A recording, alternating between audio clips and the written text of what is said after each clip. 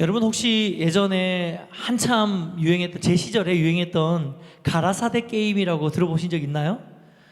요즘 지희라 주사님, 고개 끄덕이님 같은 시대였고, 요즘 친구들은 가라사대 게임 이런 거 잘, 마피아 게임은 알아도 가라사대 게임은 잘 모르시죠? 이 가라사대 게임이 어떤 게임이냐면요, 가라사대 뭐뭐 하세요라고 해야지 그걸 행동을 하는 겁니다. 근데 제가 가라사대를 안 하고 그냥 뭘 하세요라고 했는데 그 행동을 하면 안 되시는 거죠. 말로 설명하는 것보다 직접 해보면 아는데, 뭐 이를테면 이런 겁니다. 여러분, 가라사대 오른손을 드세요. 자, 왼손을 드세요. 자, 왼손 들면 안 되는 거예요, 지금. 가라사대 왼손을 드세요. 자, 반짝반짝 하면 안 되는 거예요, 지금. 가라사대 이야기 안 했잖아요. 자, 내리세요.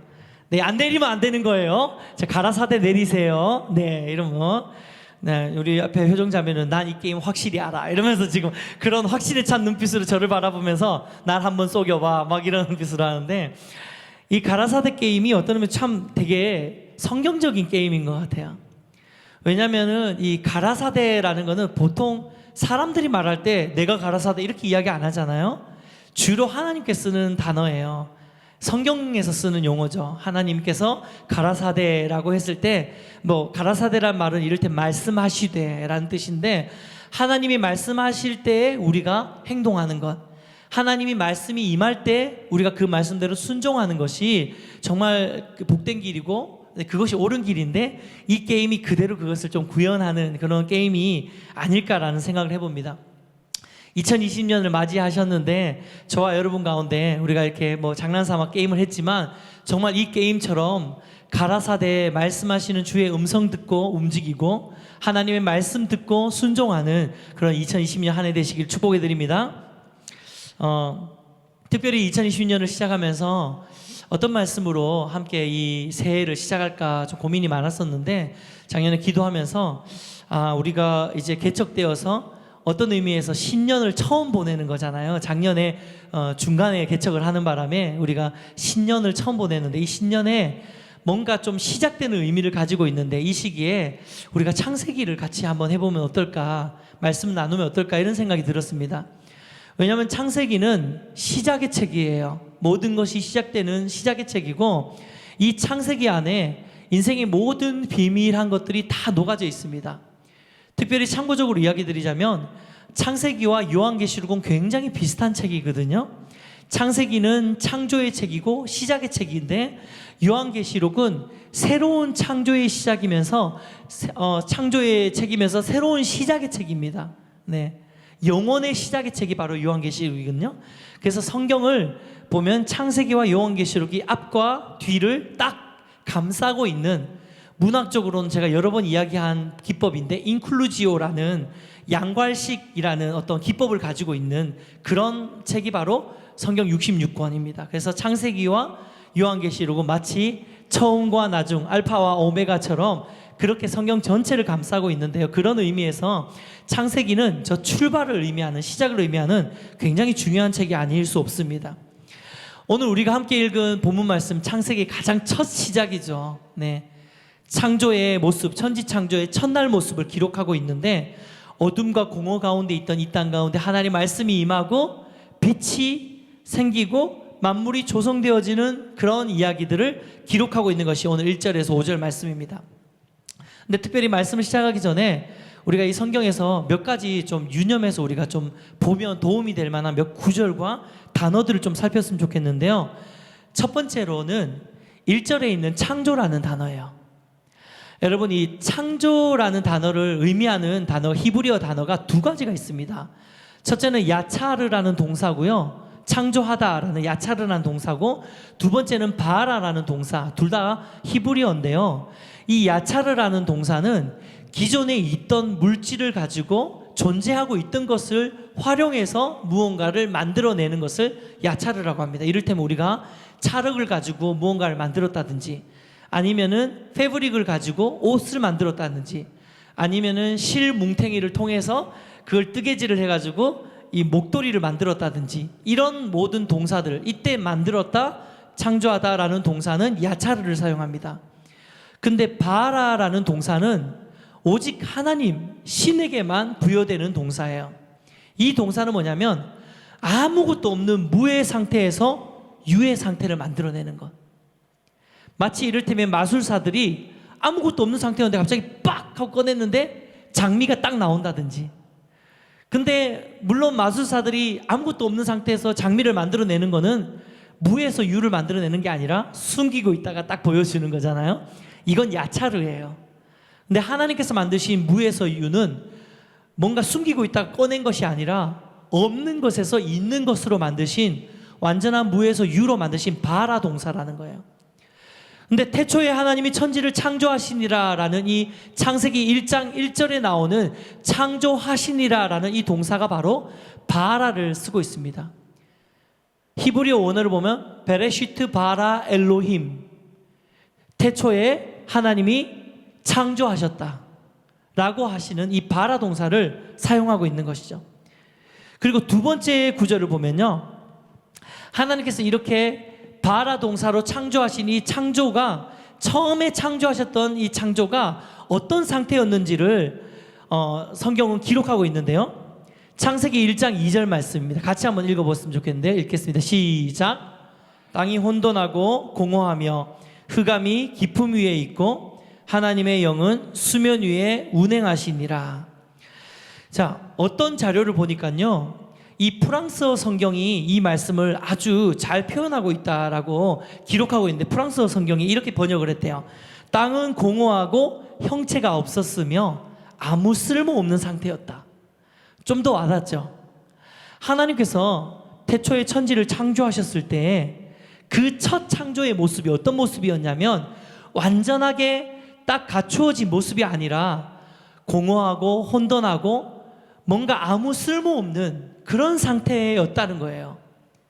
특이하죠? 그런데 이런 상태에 있다가 우리 고디에서 3절 말씀에 보면요, 이러한 혼돈과 공허함 속에서 드디어 하나님의 말씀이 이 땅 가운데 임하기 시작합니다. 하나님의 말씀이 임하면서 처음에 임한 말씀이 오늘 우리가 읽은 본문이잖아요.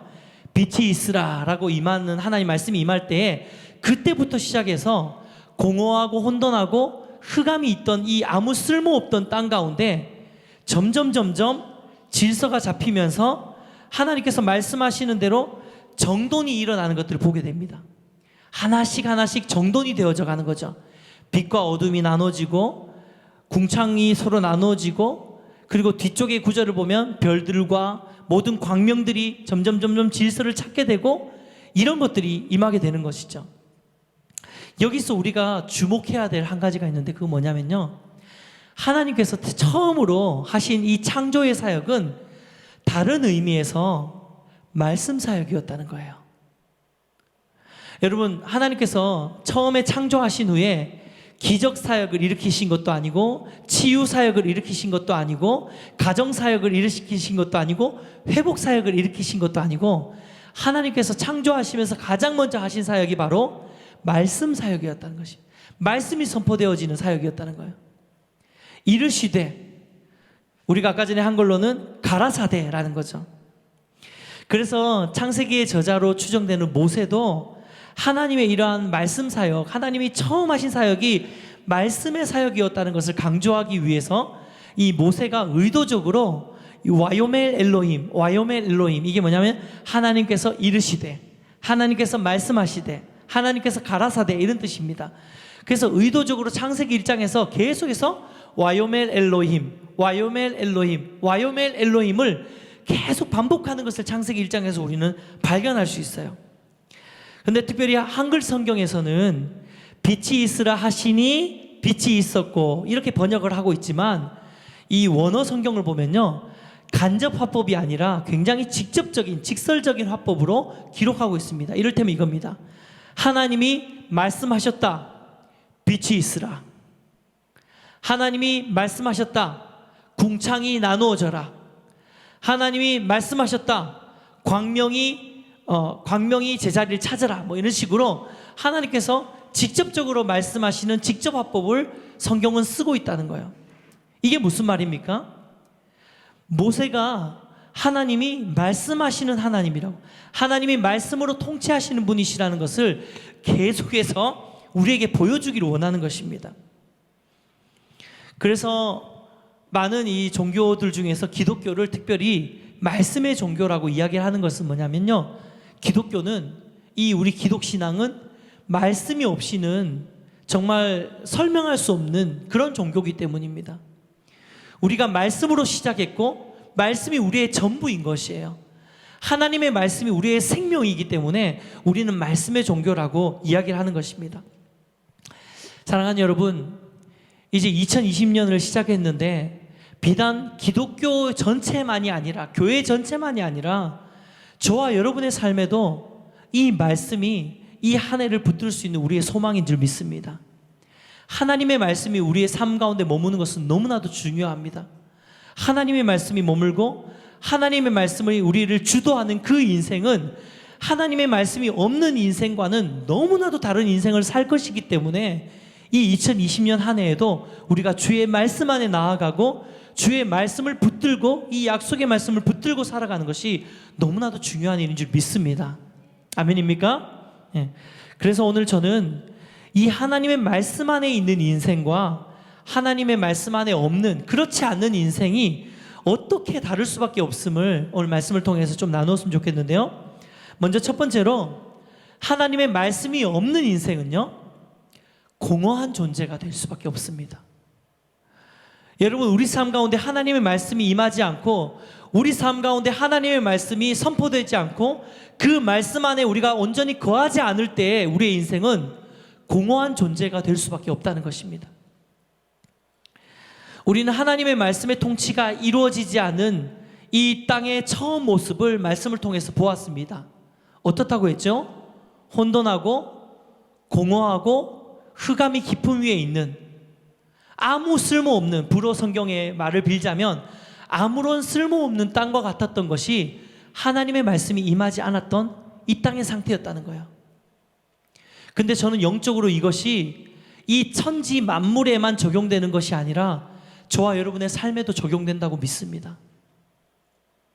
여러분, 우리가 하나님의 말씀이 없는 인생으로 살게 되면 우리에게도 이 창세기 1장 2절에 나오는 것처럼 땅은 공허하고 혼돈하며 라고 했는데, 우리의 삶은, 우리의 인생은 공허하고 혼돈한 인생이 될 수밖에 없다는 사실을 우리는 반드시 기억해야 됩니다.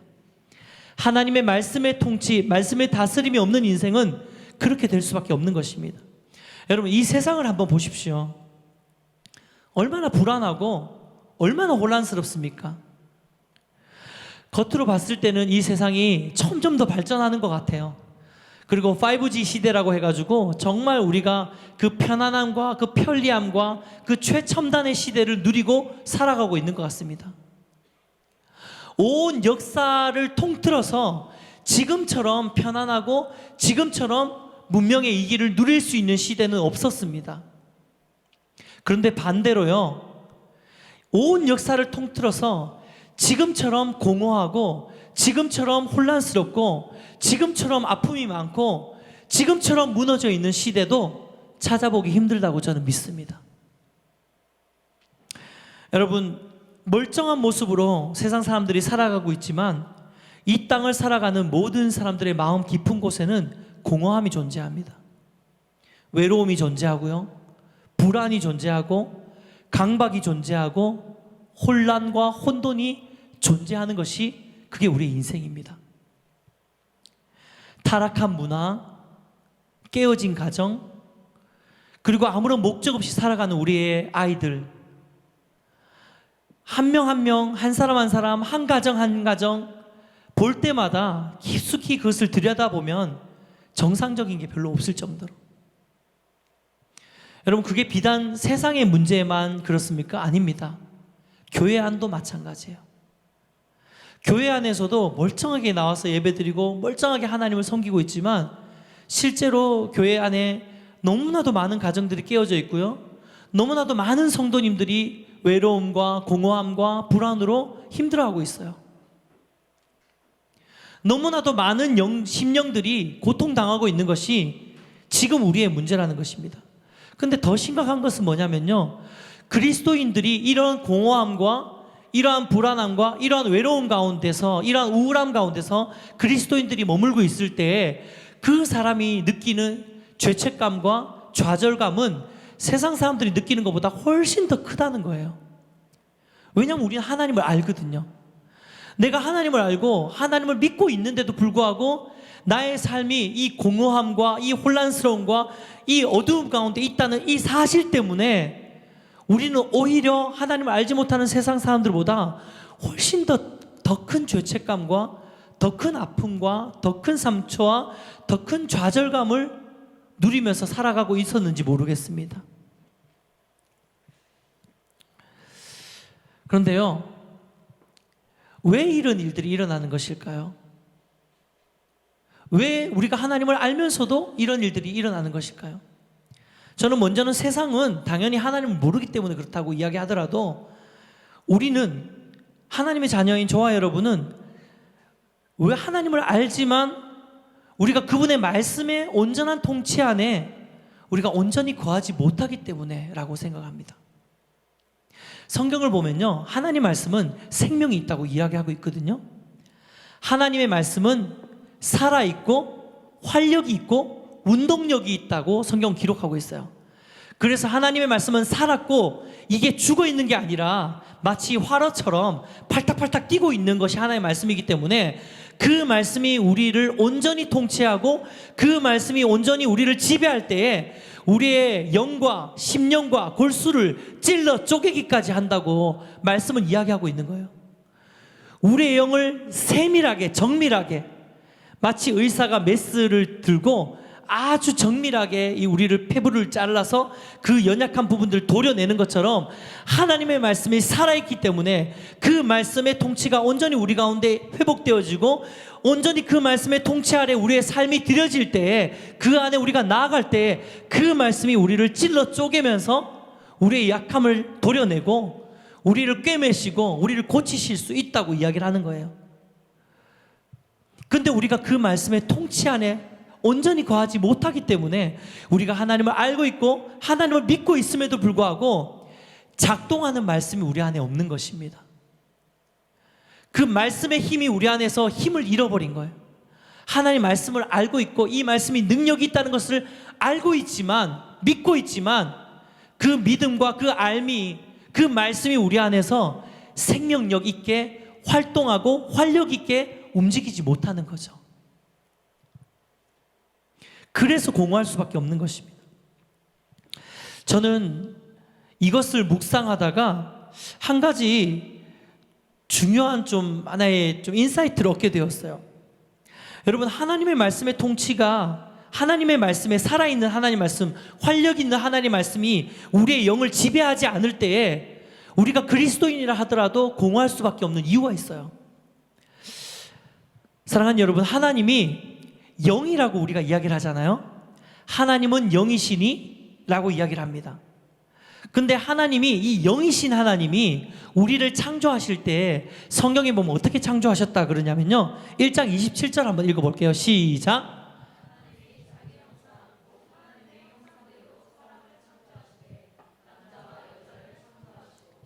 하나님께서 우리를 창조하셨을 때 당신의 형상으로 우리를 창조하셨다라고 성경은 기록하고 있어요. 근데 자 봅시다. 하나님이 영이시라 그랬죠. 당신의 형상으로 우리를 지었단 말이에요. 그러면 우리가 어떤 존재라는 겁니까? 우리는 영적 존재라는 거예요. 하나님의 영적인 형상을 타고났다는 거예요. 그 우리가 육의 존재 안에 있지만 저와 여러분은 영적인 존재인 줄 믿습니다. 그런데 우리가 육체를 건강하게 구성하는 물과 피와 뼈와 살이 있듯이 우리가 우리의 영을 구성하고 있는 요소도 있다는 거예요. 근데 성경에는 그 요소가, 우리 영을 구성하고 있는 요소가, 우리 육은 물과 뼈와 피와 이런 것들, 살이 덮여 있고 이것으로 육체를 만드는 것처럼 우리의 영을 만드는 그 요소가 있는데 그것이 바로 말씀이라고 이야기를 하고 있습니다. 다른 말로 말씀은 우리 영혼의 뼈와 살이라는 것이에요. 시편 말씀 한번 보기를 원합니다. 시편 119편 28편입니다. 시작.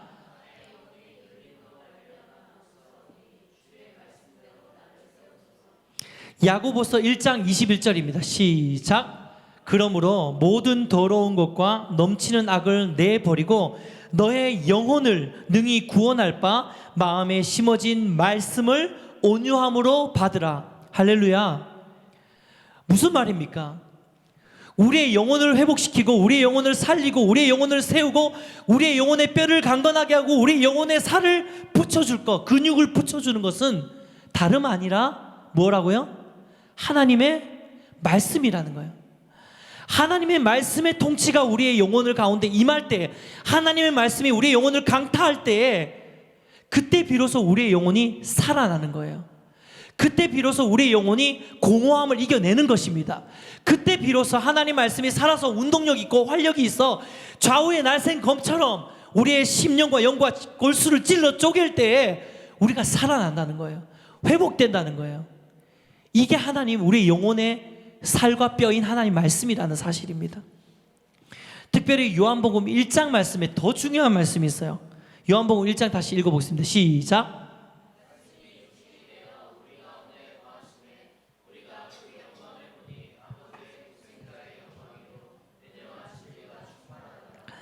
여러분, 이 말씀은 요한복음이 예수님께서 이 땅 가운데 육신을 입고 오신 하나님의 아들이셨던 영이셨던 그분이 이 땅 가운데 인간의 몸을 입고 오신 것을 표현한 말씀이에요.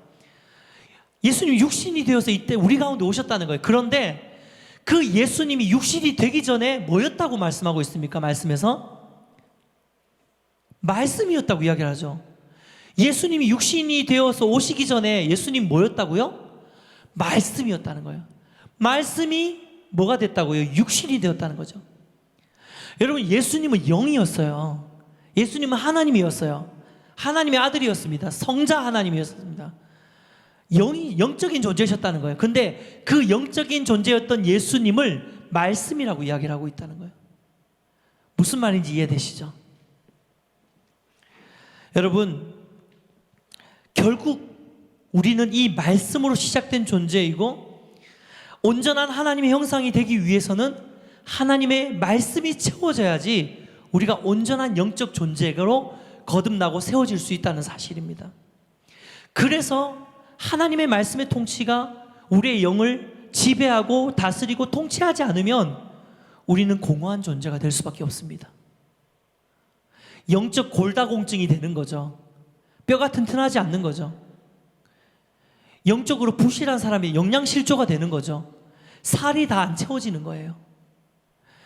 영적 골다공증이 되고 영적 영양실조가 되면 공허함과 혼돈과 불안과 우울함과 힘겨움과 이런 것들을 이겨낼 수 있는 힘이 우리 안에 없는 거예요. 알지만, 우리가 하나님을 알고 하나님을 믿지만 이겨낼 수 있는 힘이 없는 것입니다. 여러분, 2020년 한 해 여러분 영적인 뭐라고 표현할까 생각했는데 영적인 식스팩을 좀 가졌으면 좋겠습니다. 근육이 딱 갖춰져 가지고 영적인 식스팩이 가져져서 정말로 이겨낼 수 있는, 태원이 배에 손을 이렇게 얹는데 그 배에 손을 얹어도 아무런 변화가 일어나지 않을 거고요. 그렇지만 우리의 영에 우리가 정말 손을 얹고 정말로 하나님, 내가 건강한 영을 가지길 원합니다. 힘 있는 영을 가지길 원합니다. 하나님 말씀으로 채워주시옵소서. 이러한 한 해가 되시길 축복해 드립니다. 자, 그러면 두 번째로, 반대로 하나님의 말씀이 있는 인생은 어떻게 됩니까? 여러분, 하나님의 말씀 안에 있는 인생은 하나님이 지으신 존재의 목적대로 살게 되는 줄 믿습니다. 여러분, 하나님의 창조 기사를 묵상하다 보면 분명하게 보이는 창조의 원리가 있어요. 그 원리가 뭐냐면요, 하나님께서 말씀으로 창조하시는데 이 말씀으로 창조하시는 원리가, 따라해봅시다. 말씀, 순종, 보기 좋음. 이 세 가지 단계가 있어요. 하나님께서 말씀하시는데 온 땅이 순종하고, 그러면 순종하고 나면 이것이 보기 좋다라는 거. 성경 그대로 표현을 하자면요, 이르시되 그대로 되니라, 보시기 좋았더라. 이 어떤 메커니즘이 있다는 거예요. 이 시스템이 돌아가고 있다는 거예요. 여기에서 나타나는 뚜렷한 창조의 역사는 바로 질서입니다. 질서.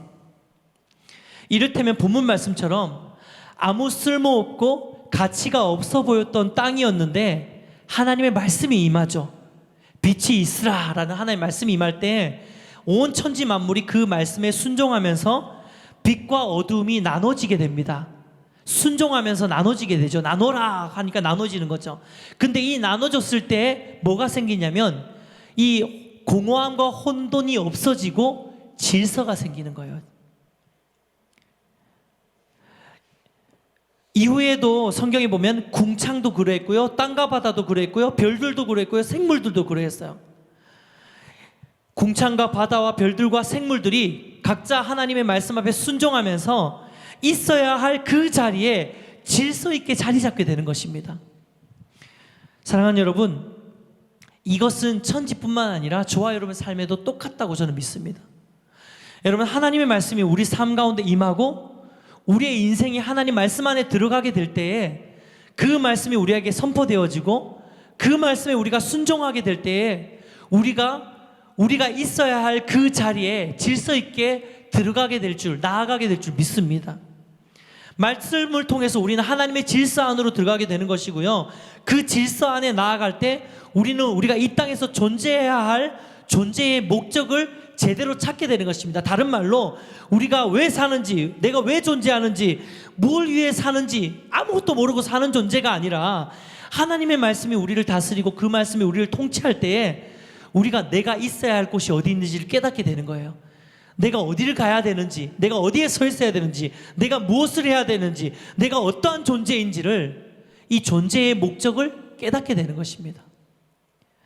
하나님의 말씀이 임했을 때 빛은 어디에 있어야 되는지 알게 되었습니다. 하나님의 말씀이 있을 때 별들이 자기 위치가 어딘 줄 알고 다 알아서 찾아가게 되는 거죠. 하나님의 말씀이 임했을 때 물들이 어느 곳에 가야지 바다가 되는지 다 알고 그곳에 모이게 되는 것이고, 땅은 그 모습을 드러내면서 존재를 드러내게 되는 것입니다.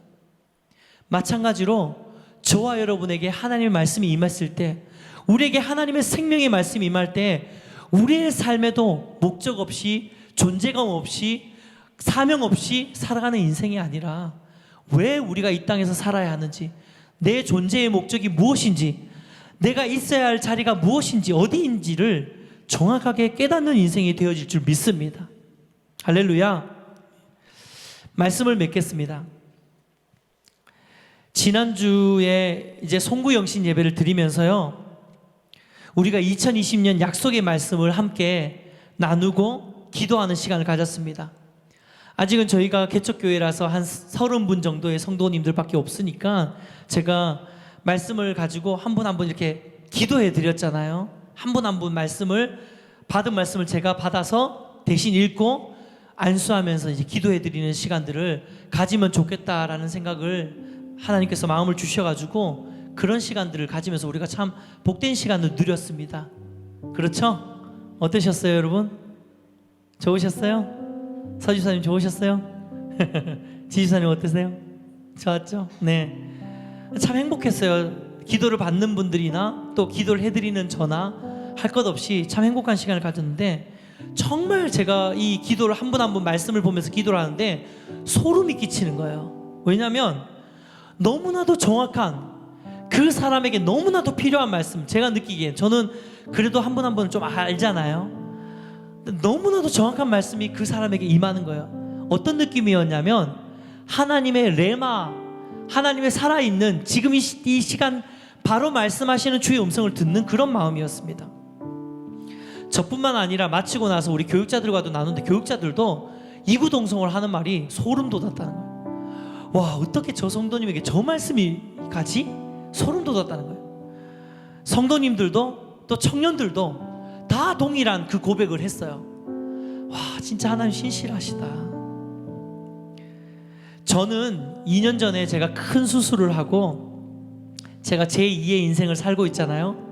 두 번째 삶을 살고 있으면서 저의 가장 인생의 최고의 목적은 뭐냐면 하나님을 사랑하는 거였거든요.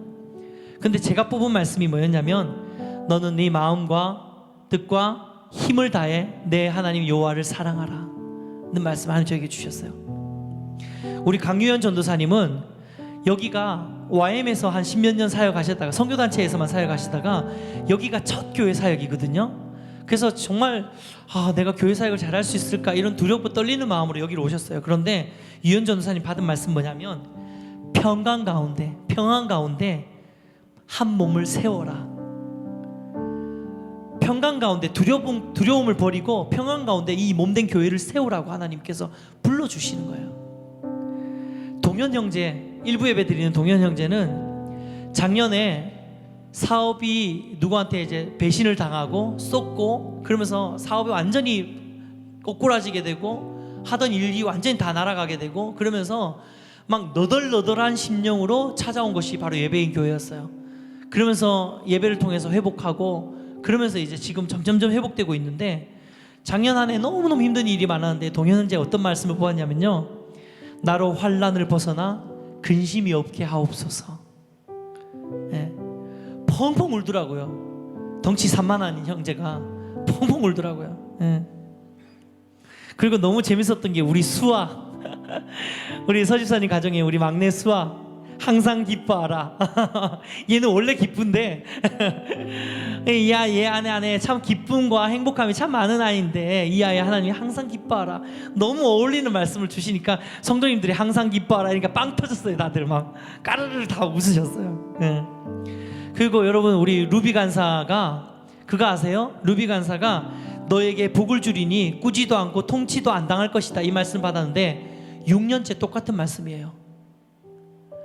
하나님이 6년 동안 뽑을 때마다 똑같은 이 말씀을 6년째 주신 거예요. 너무 놀랍지 않습니까? 하나님께서. 그리고요 그 송구영신 예배 때 우리 지은이 아버님 어머님 이렇게 오늘 사모님도 같이 오셨지만 우리 지은이 아버님 어머님 오셨는데 우리 지은이 아버님은 목사님이세요. 특히 뭐 코스타의 아주 유명한 코스타에 강사로 가실 정도로 정말 유능하고 아주 능력 있는 목사님이신데 다 이야기할 수 없지만 그 가정에 지난 한 해 동안 참 너무 힘든 일이 많으셔가지고 지금 굉장히 많이 힘들고 지쳐 있는 상태셨거든요. 근데 그 상태로 이 송구영신 예배 때 여기 우리 예배인 교회 우리 딸이 다니고 있는 교회 궁금하셔가지고 아버님 어머니 아마 같이 오신 것 같아요. 그런데 하나님께서 우리 목사님에게 어떤 말씀 주셨는지 아세요? 충성된 사자는 여름날의 얼음 냉수같이 그 주인의 마음을 시원케 하느니라. 제가 이 말씀을 뽑아드는 순간 저도 소름이 막 돋더라고요. 야, 이 많은 사람들 가운데 우리가 말씀을 한 40몇 개 준비했거든요. 그 가운데 충성된 사자는 하나님의 종에게 주시는 말씀을 딱 그 목사님이 딱 받으신 거예요. 목사님이 그 말씀을 받고 아마 목사님의 영이 막 살아났던 것 같아요. 그래서 제가 캡처를 잠깐 했는데요. 목사님이 SNS를 하셔가지고 제가 보다가 SNS에 차분하게 글을 올리셨더라고요. 그러면서 결론은 뭐냐면 하나님 내게 말씀하셨고 내가 이제 이 말씀 붙들고 힘을 낼 수 있겠다라는 거예요. 할렐루야. 네, 이런 놀라운 일들이 일어나는 거예요. 여러분 예찬이는 어땠는지 아세요? 예찬이 어디 갔지 근데? 아 여기 있구나. 아 미안해. 너무 작아서 못 봤어. 여러분 예찬이가 송구영신 예배 때 말씀을 드렸지만 예찬이가 몇 주 전부터 하나님이 예찬이를 계속 지금 심령을 두드리고 계세요. 근데 예찬이는 목사님의 아들이거든요. 근데 너무 안타깝게 이제 그 목회자의 아들로 살면서 너무 많은 상처를 받아서 하나님에 대해서 꽁꽁 마음을 다 닫고 있었던 친구예요. 분노를 가지고 있었던 친구예요. 근데 어느 날부터 몇 주 전부터 계속 하나님 예찬이 마음을 만지시는 거예요. 그래서 제가 송구영신 예배 때 말씀드렸잖아요. 막 갑자기 타이밍이 아닌데 마음이 막 울컥하고 눈물이 막 나고 막 그러면서 이걸 예찬이가 두려운 마음에 자꾸 막아버리는 거예요. 자꾸 막아버리는데 그날도 송구영신 예배 때 예찬이가 말씀을 뽑았는데 예찬이가 뽑은 말씀이 이 말씀이었어요. 너의 하나님 여호와가 너의 가운데 계시니 그는 구원을 베푸실 전능자라. 그가 너로 인하여 기쁨을 이기지 못하시며. 근데 예찬이가 이 말씀을 받고 확 이렇게 화가 나더래요. 아니 나 같은 존재를 하나님 왜 기뻐해?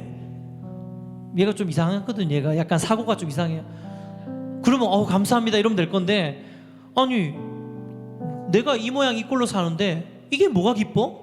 하나님 왜 나를 기뻐해? 이런 마음에 갑자기 막 억한 심정이 막 일어나더래요.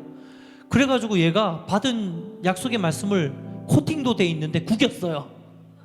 예, 구기기 힘들 텐데 코팅돼 있는 그 말씀을 그 자리에서 확 구겨버린 거예요.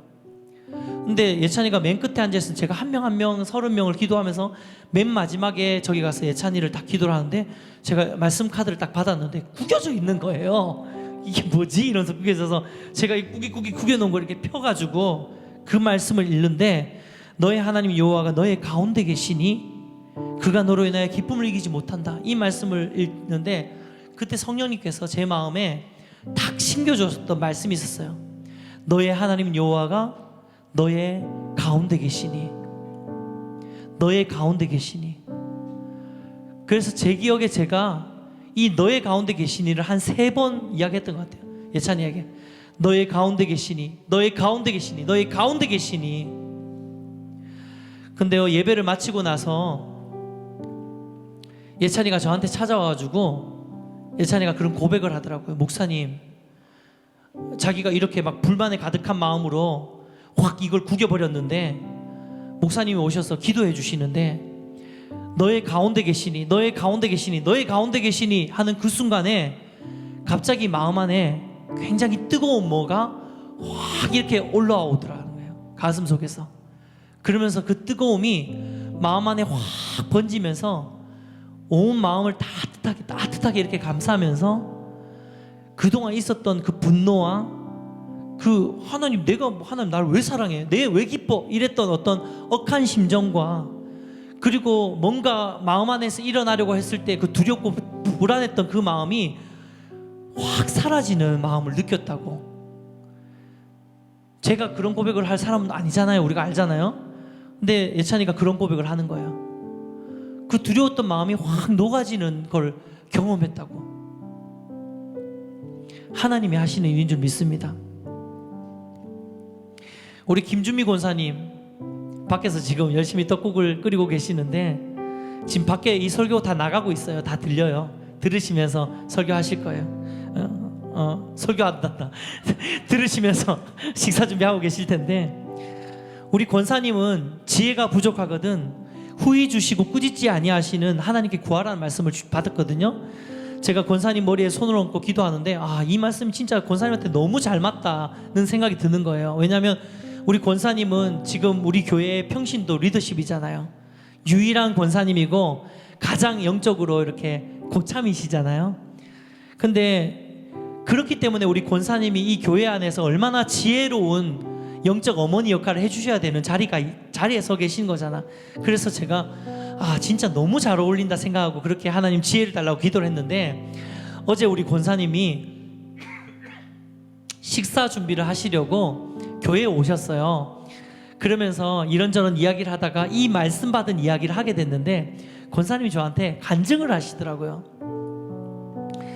제가 저 권사님한테도 너무 잘 맞는 지혜에 대한 말씀을 하나님 주신 것 같아요 라고 이야기를 하니까 권사님이 웃으시면서 목사님, 근데 저는 그 지혜를 다른 지혜를 받았습니다 이러는 거예요. 그래서 제가 무슨 지혜를 받으셨어요? 그러니까 목사님, 저는 이 말씀이 임할 때 송지혜를 받았습니다.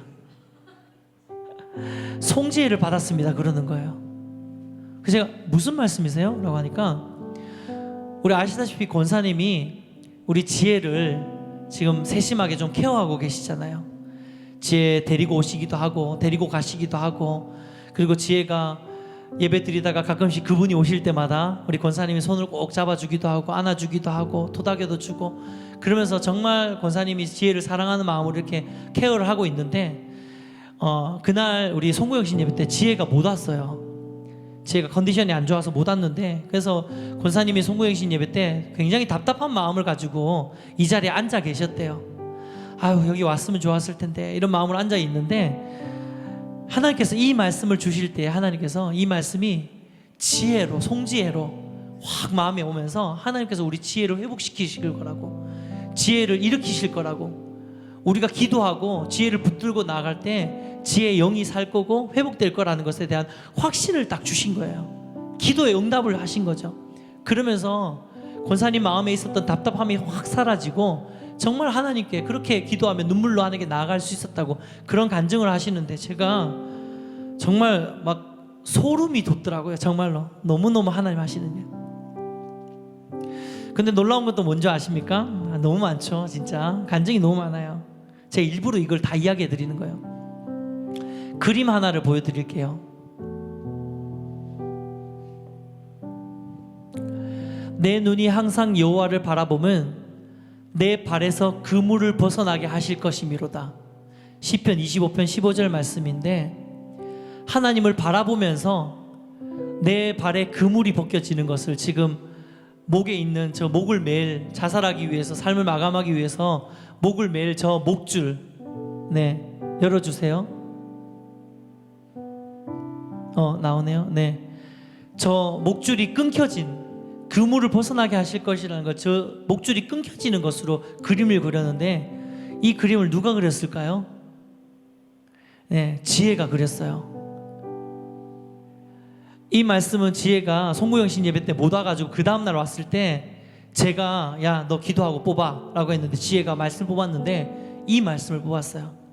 내가 항상 여호와를 바라볼 때 내 발에 묶고 있던 그 수많은 영적인 그물들, 수많은 삶의 올무들, 나를 두렵게 하는 것들, 내 삶을 묶게 있는 것들, 내 아픔들, 내 트라우마들, 내 영을 지치게 만드는 것들, 그 모든 그물들에서 내가 벗어나게 될 것이라는 거예요. 하나님이 이 약속의 말씀을 우리 지혜에게 주신 거예요. 근데 지혜가 이 말씀을 받고 무슨 생각이었는지 모르지만 이 그림을 그려서 저한테 줬어요. 제가 이걸 보면서 지혜한테 야, 그림이 너무 하드코어다 라고 이야기하긴 했지만, 근데 저는 하나님께서 지혜에게 일하고 계신다고 믿었습니다. 할렐루야. 사랑하는 여러분, 하나님은 살아계십니다. 믿으십니까? 하나님은 살아계셔서 지금도 여러분에게 말씀하십니다. 여러분에게 말씀하시는 분이에요. 죽은 하나님 아니에요. 2000년 전 하나님 아니에요. 하나님 살아계십니다. 저는 매일매일 하나님 음성을 들어요. 성재야, 성재야, 격려하시고 힘주시고 내가 이끌어갈 거다, 내가 너를 함께한다 말씀하시는 하나님의 음성을 저는 듣습니다.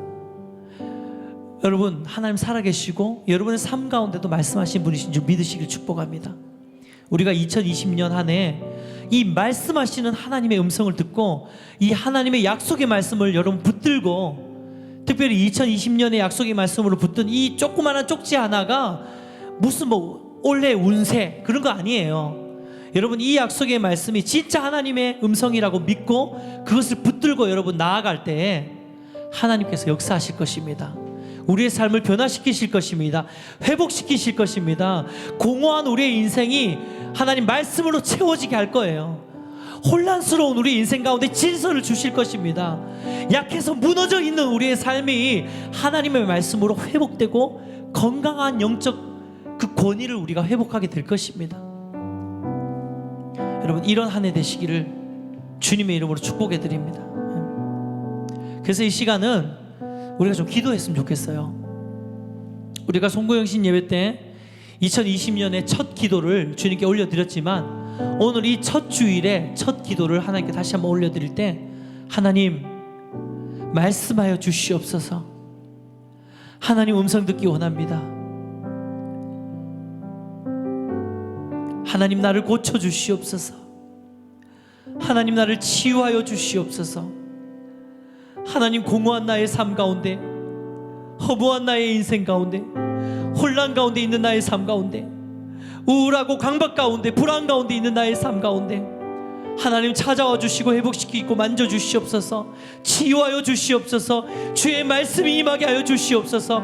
우리 함께 간절히 주님 앞에 기도하며 나가기 원합니다. 기도하시겠습니다. 주님 아버지 하나님 감사합니다. 아버지 하나님, 오늘